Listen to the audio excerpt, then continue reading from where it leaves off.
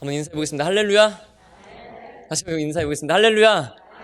네, 하나님께서 이 시간 말씀 가운데 크신 은혜와 능력을 더하여 주실 줄 믿습니다.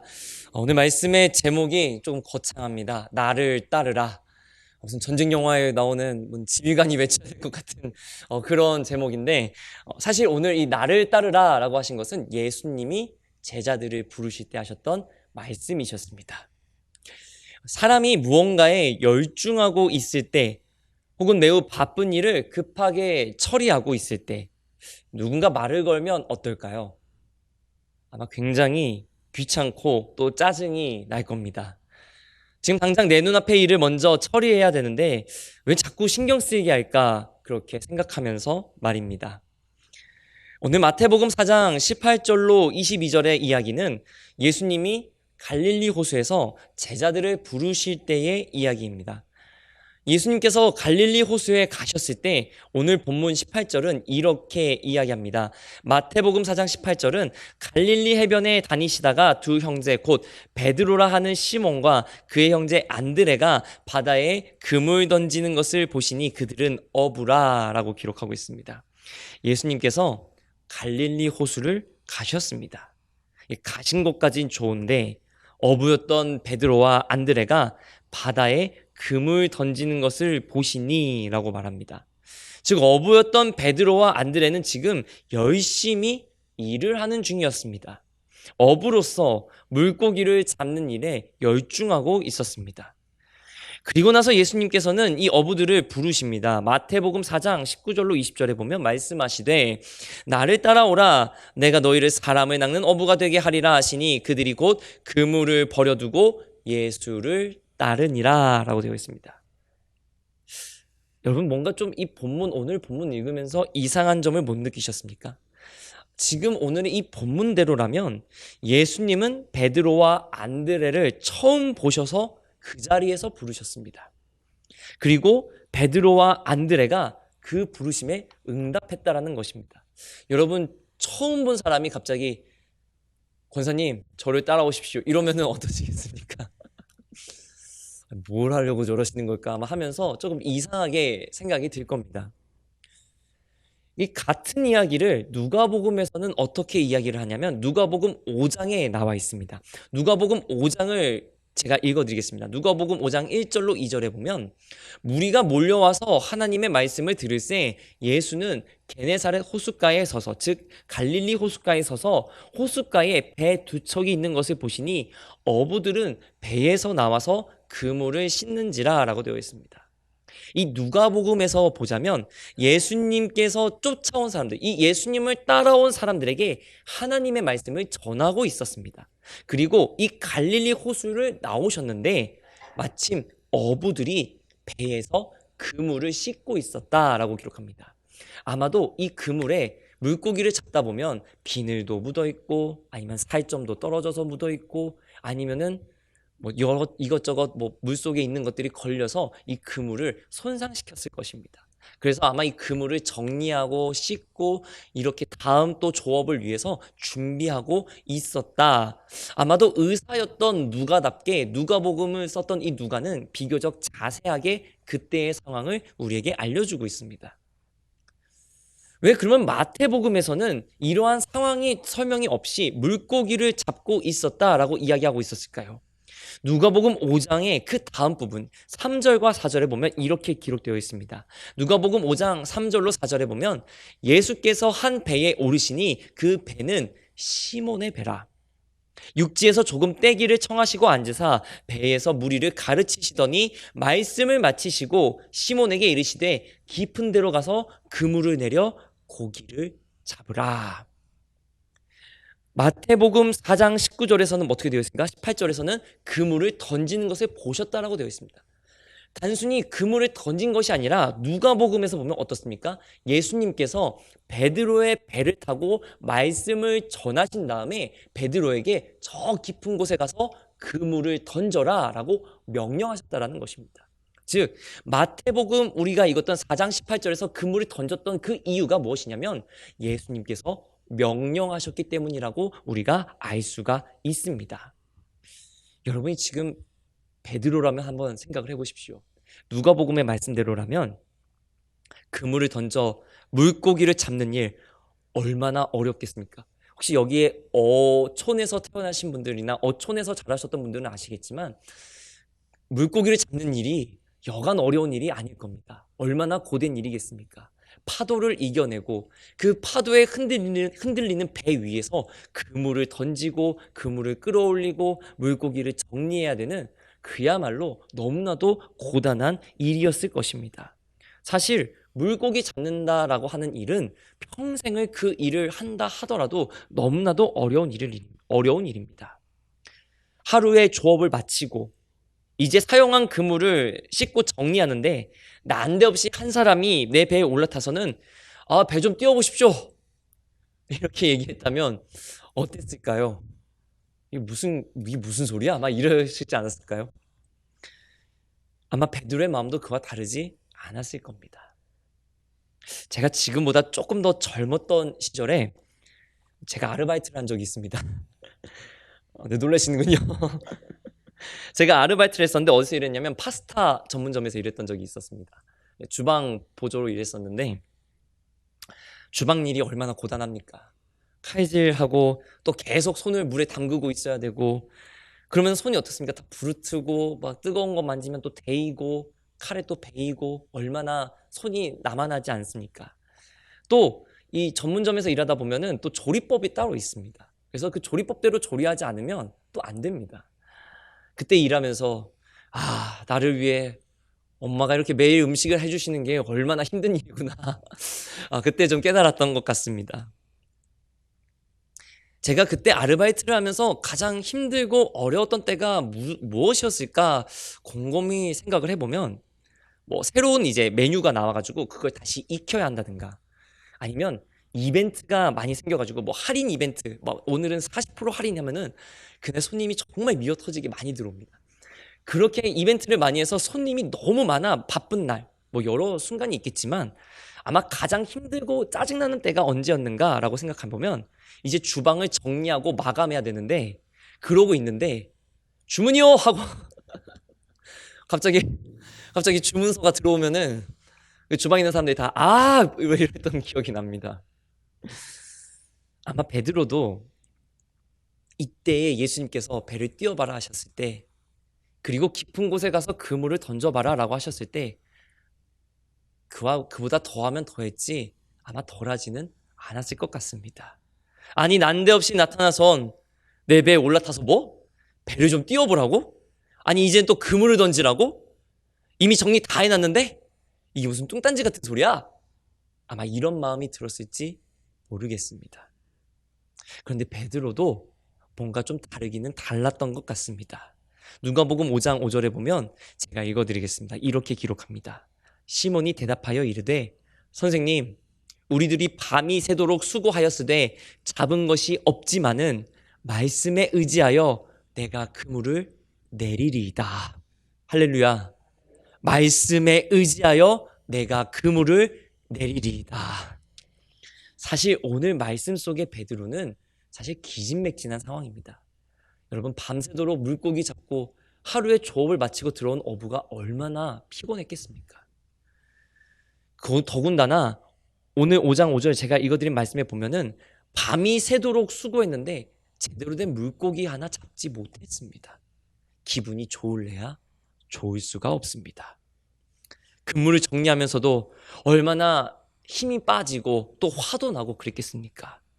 그런데 하필 그런 때에 예수님이 찾아와서 그물 좀 던져봐라 라고 말한다면 아니 저는 평생을 이 갈릴리 호수에서 물고기를 잡았는데 누구보다 갈릴리 호수를 저보다 제가 너무나도 잘 아는데 아니 이 호수에 대해서 얼마나 알면 뭘 얼마나 안다고 지금 그물을 던지라고 하는 겁니까?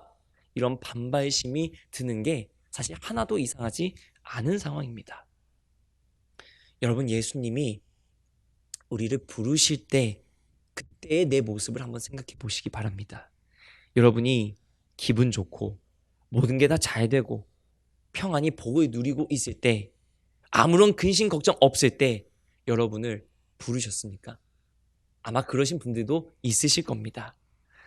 그리고 하나님은 충분히 그러실 수 있습니다. 하지만 우리의 믿음의 발자취를 가만히 돌아보면 하나님께서 우리를 부르실 때는 내가 그리 잘 나가지 못할 때, 인생의 풍랑을 만나 깨지고 도저히 힘이 나지 않아 기진맥진할 때, 그럴 때 하나님 참 사람의 생각으로는 눈치 없이 찾아오셔서 우리를 붙드신다라는 것입니다. 그러시지 않으셨습니까? 그런데 베드로는 지금 이렇게 대답하는 겁니다. 선생님, 사실 오늘 너무 힘듭니다. 정말 눈물 날 정도로 힘듭니다. 밤새도록 그물을 던졌는데도 한 마리 고기 하나 제대로 건진 게 없습니다. 그래도 제가 선생님 말씀을 듣고 그물을 던져보겠습니다. 여러분, 이 5절 말씀을 잘 기억해 보시기 바랍니다. 베드로가 예수님께 대답을 할 때 뭘 대답하냐면 말씀에 의지하여라고 대답했습니다. 자신의 지식과 경험, 감정, 생각 이런 것들을 가지고 지금 그물을 내리는 게 아니라는 겁니다. 만약 베드로가 지금 자신의 생각, 경험 등을 가지고 판단했다면 절대 예수님의 말을 들을 수가 없습니다. 여러분, 평생을 갈릴리 호수에서 물고기 잡으면서 산 베드로입니다. 누구보다 이 호수에 대해서 잘 알고 어디에 가야 어떤 물고기가 잘 잡히고 지금 이맘때에는 어디에 가면 안 된다라는 것 누구보다 잘 압니다. 인간적인 생각이라면 전문가인 베드로가 전문가가 아닌 예수님의 말을 듣는다는 것 말이 되지가 않습니다. 여러분, 믿음은 진리의 말씀, 하나님의 약속이 되시는 생명 되신 하나님의 말씀을 붙들고 나아가야 되는 줄 믿으시기 바랍니다. 믿음은 하나님의 말씀을 붙들어야 되는 것인 줄 믿으시기 바랍니다. 그렇습니다. 하나님의 말씀을 붙들지 않는데, 말씀을 의지하지 않는데 어떻게 하나님을 믿는다 자신할 수 있겠습니까? 의지한다라는 말은 가까이 한다라는 말과도 같습니다. 말씀을 가까이 하는 것, 말씀 가운데 하나님의 능력을 바라보는 저와 우리 경교회 모든 성도님들, 특별히 오늘 아이들을 붙드시는 우리 선생님들 다 되시기를 주님의 이름으로 간절히 기도드립니다. 또 5절 말씀에 보면 말씀에 의지하여로 그 뒤에 또 볼 말은 내가 그물을 내리리이다. 베드로가 고백을 합니다. 여러분, 베드로는 계속 말씀드리지만 지금 밤새도록 그물을 던져서 아주 기진맥진한 상황입니다. 이제 집에 가서 좀 씻고 좀 발 뻗고 좀 누워있고 싶은 그런 상황이었을 겁니다. 오늘 하루 충분히 열심히 일하고 돌아왔습니다. 그런데 예수님이 지금 또 가서 그물을 다시 던져라 이야기하고 있습니다. 여러분이라면 어떻게 하시겠습니까? 저는 우리 교인교회 성도님들은 예수님의 그 말씀에 아멘 주님, 제가 가서 지금 바로 가서 그물 던지겠습니다, 이렇게 믿음으로 고백하는 성도님들이신 줄 저는 믿습니다. 좀 목소리가 작으신 것 같습니다. 이래서는 그물 못 건집니다. 다시 한번 제가 말씀드리겠습니다. 저는 우리 성도님들은 베드로와 같이 믿음으로 바로 던지러 달려가실 줄 믿습니다. 감사합니다. 아마 일반적인 경우라면 아마 이렇게 대답했을 것 같습니다. 예수님, 일단 말씀은 잘 알았는데요, 제가 지금 너무 힘들거든요. 제가 이제 막 그 일을 마치고 돌아왔어요.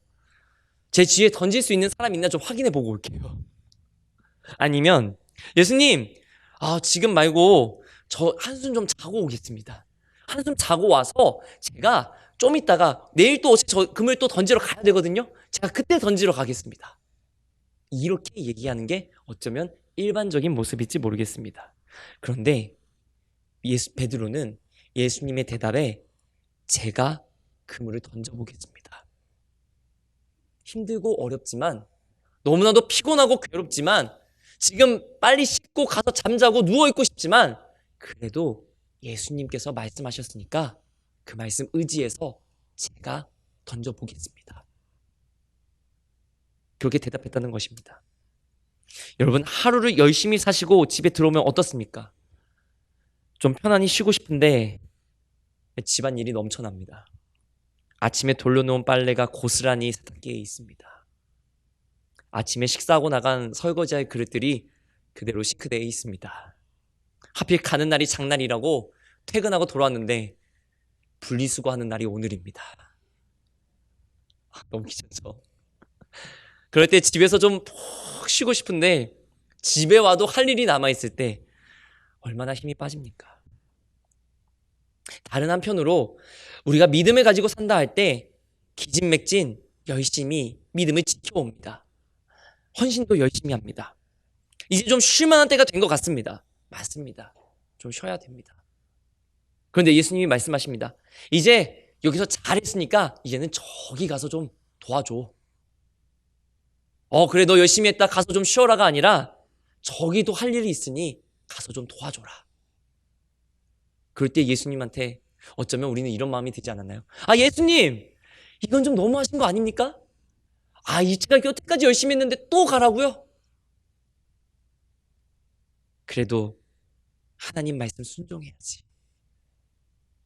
그래도 예수님 말씀하신 거니까 순종해야지.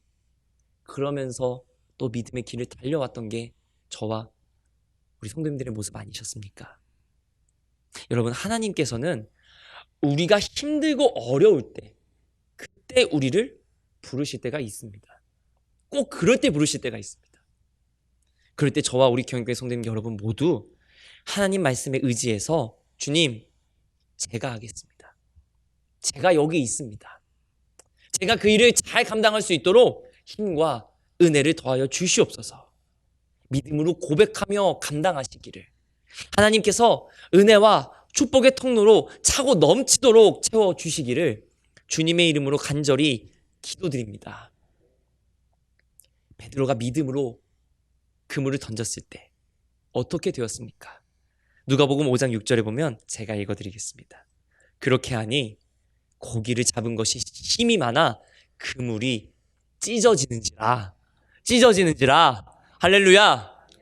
하나님 말씀 의지해서 순종하여 그물을 던질 때 비록 힘들고 어려워서 좀 쉬고 싶고 편하고 싶어질 때 그때 맡겨주신 사명 잘 감당할 때 그 그물에 물고기 때문에 그물이 찢어질 정도로 채워주신 하나님께서 우리 교회 가운데 우리의 삶의 자리 가운데 회복과 부흥의 역사를 날마다 더하여 주실 줄 믿습니다. 그물이 찢어질 정도로 고기가 잡히니까 이 베드로도 혼자서 얻지 못합니다. 그 베테랑 어부였던 이 베드로도 혼자서 얻지 못해서 누가복음 5장 7절에 보면 이렇게 기록합니다. 이에 다른 배에 있는 동무들에게 손짓하여 와서 도와달라 하니 그들이 와서 두 배의 채움에 잠기게 되었더라. 다른 배가 있어가지고 그 배에도 도움을 청했는데 그래서 물고기를 같이 잡았는데 배가 물에 잠기려고 할 만큼 많이 잡았다라고 얘기합니다. 그때 베드로가 예수님께 이렇게 이야기합니다. 누가복음 5장 8절에 시몬 베드로가 이를 보고 예수의 무릎 아래에 엎드려 이르되 주여 나를 떠나소서 나는 죄인이로소이다. 베드로는 예수님의 이 놀라운 역사하심을 보고 자신을 떠나주십시오. 저는 죄인입니다 고백합니다. 여러분 우리가 예수님의 제자 하나님의 자녀가 된다는 것은 전적으로 하나님의 은혜로 말미암은 것인 줄 믿으시기 바랍니다. 오늘 베드로가 그물이 찢어지도록 물고기를 잡을 수 있었던 것은 밤새도록 잡았을 때 물고기 한 마리 제대로 된 거 건지지 못했던 그 베드로가 지금 물고기 그물이 찢어질 정도로 잡을 수 있었던 그 이유는 베드로가 베테랑이라서 베드로가 잘 던져서 그물을 45도 각도로 제대로 던져서가 아닙니다. 예수님이 말씀하신 것을 순종했기 때문입니다. 하나님께서 우리를 구원하신 것은 하나님께서 우리를 너무 사랑하셔서 당신의 독생자 예수 그리스도를 이 땅에 보내주셨고 그 예수님께서 우리의 죄값을 지시고 우리를 대신하여 십자가에 달려 돌아가셨기 때문에 예수의 십자가를 믿는 자마다 그 죄의 짐이 풀어지고 하나님의 자녀가 되는 은혜를 누리게 되는 줄 믿으시기 바랍니다. 여러분 이 5장 8절 말씀 주여 나를 떠나소서 나는 죄인이로소이다 라고 말하는 것은 주님 제가 죄인입니다 라고 고백하는 거지만 또 한편으로 바라보게 되면 주님 저는 이런 능력이 없습니다. 저는 이렇게 물고기를 잡을 그런 능력이 저한테도 없습니다.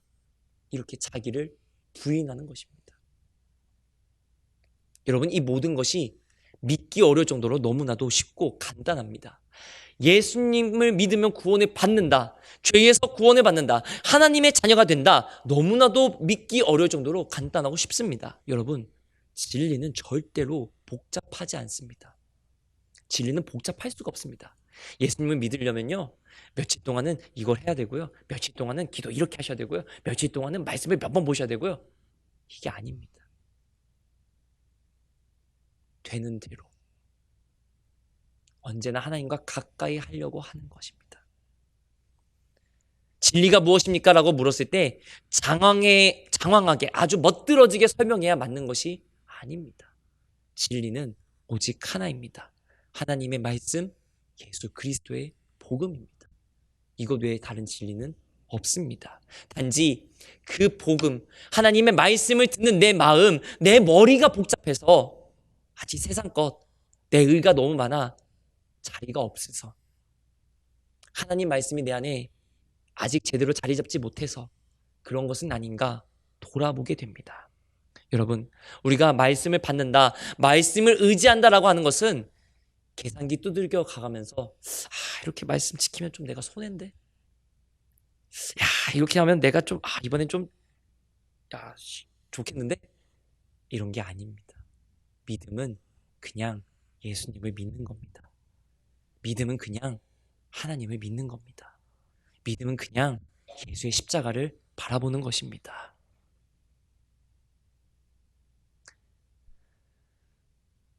오늘 예수님의 말씀, 깊은 곳에 가서 그물을 던져라라고 했던 그 예수님의 말씀을 진리라고 믿고 그물을 던졌던 그 베드로의 모습이 저와 우리 교인교회 모든 성도님들, 특별히 아이들을 위해 헌신하여 주시는 우리 선생님들 가운데 언제나 함께 하시기를 주님의 이름으로 기도드립니다. 여러분, 마태복음 4장 18절로 20절 단 3절의 말씀 사이에 예수님이 베드로와 안드레를 당신의 제자로 부르시기까지 얼마나 많은 이야기가 있었는가를, 그 행간에 존재하는 이야기들을 살펴보기 위해 지금까지 제가 길게 이야기했습니다. 예수님께서 제자들을 부르실 때 마태복음 4장 19절에서는 이렇게 이야기합니다. 나를 따라오라. 나를 따라오라. 누가복음 5장 10절에서는 무서워하지 말아라. 여러분, 예수님을 따른다고 할 때 얼마나 많은 사람들이 무서워하고 망설여 합니까? 사실 오늘 말씀에서 예수님은 이미 베드로를 알고 계셨습니다. 왜냐하면 누가복음 4장 38절로 42절에 보면 베드로의 장모를 고쳐주신 예수님의 이야기가 나옵니다. 즉, 누가복음 4장에서는 예수님께서 베드로의 장모를 고쳐주셨고 5장에 와서 베드로를 제자로 부르셨습니다. 즉, 서순으로 보자면 예수님은 베드로를 제자로 정식으로 부르시기 전에 이미 베드로를 알고 있으셨다는 것입니다. 한낱 갈릴리 호수의 어부, 평생을 물고기만 잡는 것 외에 아무것도 몰랐던 그 베드로, 갈릴리 호수에 대해서 누구보다 잘 안다 자신할 수 있지만 그 외에는 아무것도 자신 없는 그 베드로, 예수님이 그 베드로를 제자로 부르실 때 무엇이라고 말씀하셨습니까? 나를 따르라, 무서워하지 말아라. 그 하나님께서 지금 저와 우리 교회 모든 성도님들을 하나님의 자녀로, 경인교회 믿음의 식구들로 부르신 줄 믿습니다. 특별히 교사로 우리의 자녀들과 아이들을 맡겨주신 것은 우리에게 더 큰 은혜와 축복의 사명을 맡기신 줄 믿으시기 바랍니다. 다음 세대에 믿음의 씨앗을 심고 뿌리를 내리는 저와 우리 경인교회 모든 성도님들, 그리고 선생님들 다 되시기를 주님의 이름으로 기도드립니다. 제가 잠시 기도하겠습니다.